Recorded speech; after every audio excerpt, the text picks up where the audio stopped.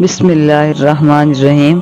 خطیب نے ایک واقعہ نقل کیا ہے کہ ایک موچی امام ابو حنیفہ رحمہ اللہ کے پڑوس میں رہتا تھا۔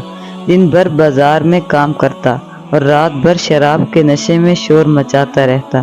امام صاحب کو اس کی حرکتوں سے بہت تکلیف ہوتی، عبادت اور ریاضت میں خلل ہوتا، لیکن کبھی بھی اس سے شکایت نہ کی۔ ایک دن پولیس موچی کو پکڑ کر لے گئی اور جیل میں بند کر دیا۔ رات بھر امام صاحب نے اس کے شور شرابے نہیں سنے۔ پتہ کیا تو معلوم ہوا کہ پولیس پکڑ کر لے گئی ہے۔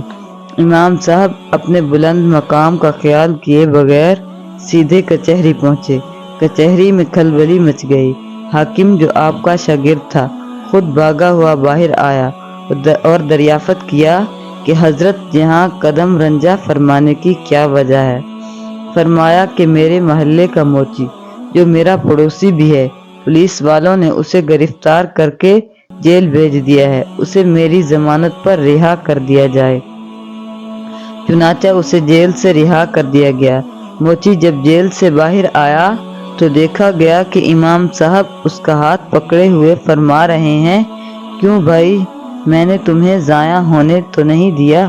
اس پر موچی سر جھکائے کہہ رہا تھا، نہیں میرے سردار، میرے آقا، آج کے دن سے آپ مجھے ایسی حرکتوں میں مبتلا نہ پائیں گے جن سے آپ کو اذیت ہوتی تھی۔ امام صاحب کے اخلاق کی بلندی کا حال ملاحظہ فرمائیے۔ جس موچی نے امام صاحب کو ہمیشہ تکلیف پہنچائی، اس کے ساتھ بھی آپ نے کس قدر بلند اخلاقی کا مظاہرہ کیا۔